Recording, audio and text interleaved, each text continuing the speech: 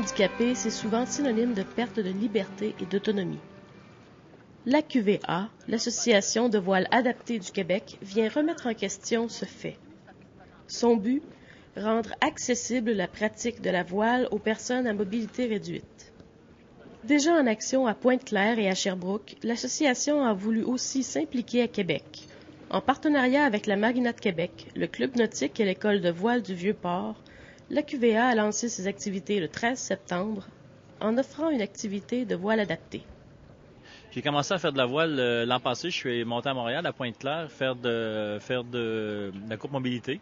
Et la courte mobilité m'a donné la motivation de partir un club ici à Québec, plus pour que les gens handicapés puissent faire de la voile. C'est un autre aspect, c'est quelque chose de plus qu'on peut faire. Moi, je connaissais pas ça en juin de l'an passé. Je savais pas qu'on pouvait faire de la voile. Et puis, j'ai appris qu'on pouvait faire de la voile, puis c'était vraiment... ça a été mon bague, là, j'ai adoré ça. L'an dernier, on avait tenu la Coupe Mobilité, qui est un événement, une régate annuelle qui est à travers le Canada, qui se promène de ville en ville. Et à Montréal, on avait eu la Coupe Mobilité. Et un des objectifs qu'on avait donné, c'était de développer le chapitre de Québec.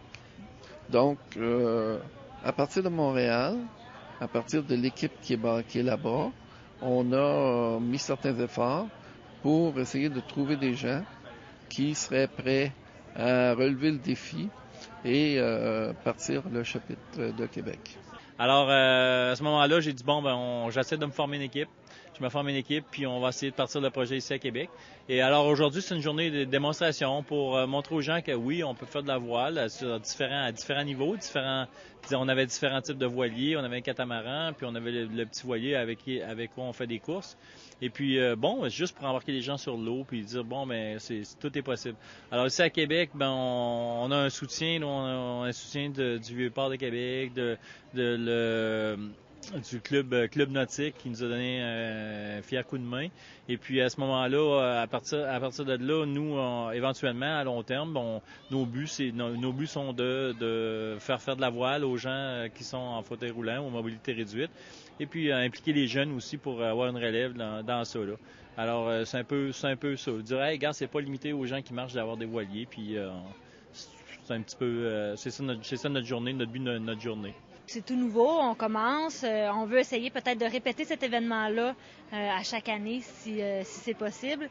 Puis au fil du temps, c'est de ramasser des sous pour pouvoir amener une flotte à Québec, une flotte de voiliers adaptés, peut-être comme le Martin 16 qu'on a vu, ou d'autres voiliers un peu plus gros qui vont être un peu plus adaptés pour le fleuve, pour qu'il y ait une équipe, qu'on fasse des courses de voiles adaptées ou qu'il y ait la Coupe Mobilité qui puisse venir en 2012, ça serait des choses qui seraient intéressantes aussi. Avoir vraiment une petite place dans un port, parce qu'on puisse avoir une petite flotte de bateaux pour faire essayer les gens, puis qu'il y ait une flotte régulière aussi de voiliers adaptés. Ce serait ça le but. On a profité de l'occasion pour présenter en démonstration le Martin 16, un bateau complètement adapté pour qu'une personne en chaise roulante puisse le manipuler. Dans un premier temps, le Martin 16 est un voilier qui a été développé au Canada, en Colombie-Britannique, à Vancouver. Et le concept du voilier, c'est de permettre à une personne paraplégique d'être assis au centre du voilier et de fonctionner avec un manche à balai pour faire actionner le gouvernail, et des écoutes sont directement en avant de lui pour le foc et la grand voile. Avec ces trois équipements-là, avec ses mains, la personne est capable de faire les fonctions principales qui sont requises pour faire de la voile de façon autonome. Dans le cas de certaines personnes où le handicap est plus grand, c'est-à-dire où l'utilisation des bras est soit moindre ou complètement non disponible, comme dans mon cas à moi, on a des systèmes qui utilisent soit une manette qui est pareille comme une manette de fauteuil roulant, ou encore un système qui fonctionne avec des tubes dans la bouche, et avec les tubes, on aspire ou on souffle, et à ce moment-là, en aspirant ou en soufflant. En aspirant, on rentre les voiles par l'intérieur. En soufflant, les voiles vont à l'extérieur. David Fleet, marin expérimenté devenu quadraplégique après un accident de voiture il y a 1 an, a ainsi pu naviguer sur le fleuve de façon autonome à bord de l'un de ses voiliers. Moi, j'avais un voilier, j'étais à l'école de voile, je donnais des cours, je faisais des croisières sur le fleuve. C'était la grande aventure. Puis là, malheureusement, un jour, j'ai fait un accident de voiture, puis je suis rendu quadraplégique. Donc, c'est ça. Ben là, ça fait 1 an, puis on m'a incité ou on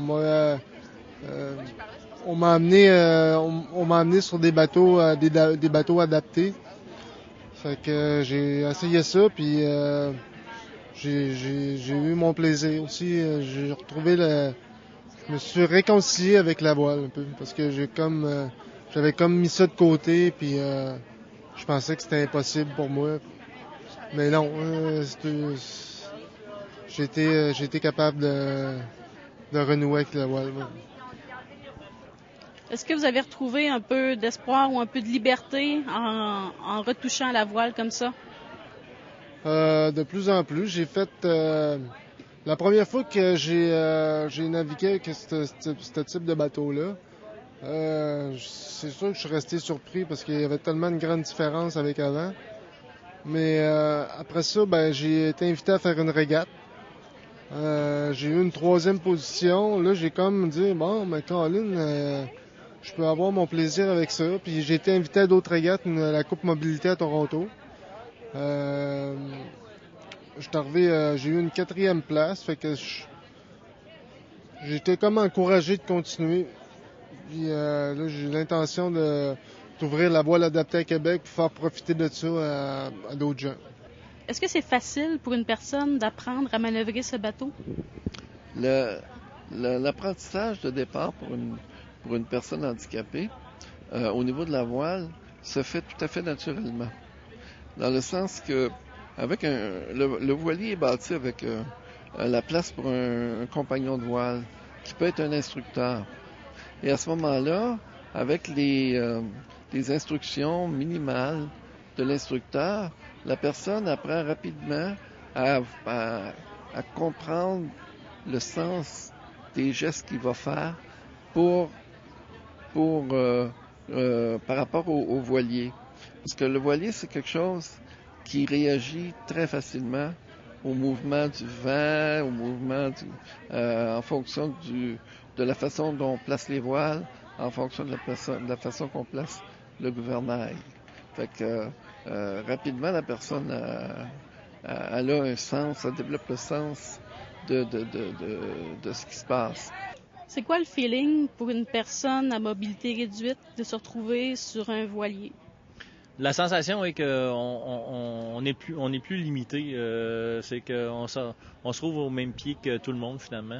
C'est ce qui est le plus sensationnel, c'est souvent on laisse nos chaises sur le quai puis on dit bon ben on s'en va, nous on se sent comme tout le monde là. Fait que c'est vraiment ça la sensation. La liberté aussi, on se sent vraiment libre. Les activités de sport, de loisirs et autres sont extrêmement importantes au niveau de la sociabilité, de la liberté, de l'autonomie, de l'estime de soi et tout ça. Ce qui est encore plus particulier dans la voile, c'est que en plus d'avoir tout ça, il y a un sentiment je dirais de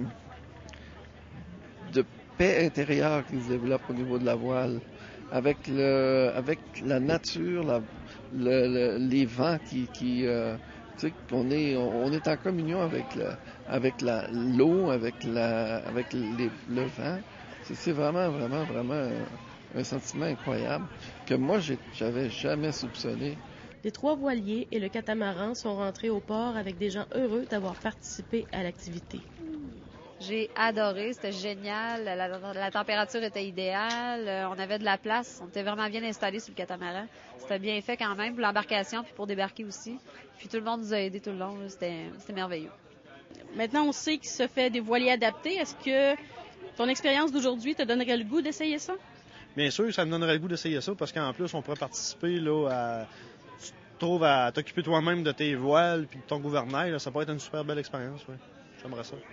Bon, à date, les gens avec qui j'ai jasé, ils ont tous adoré leur journée.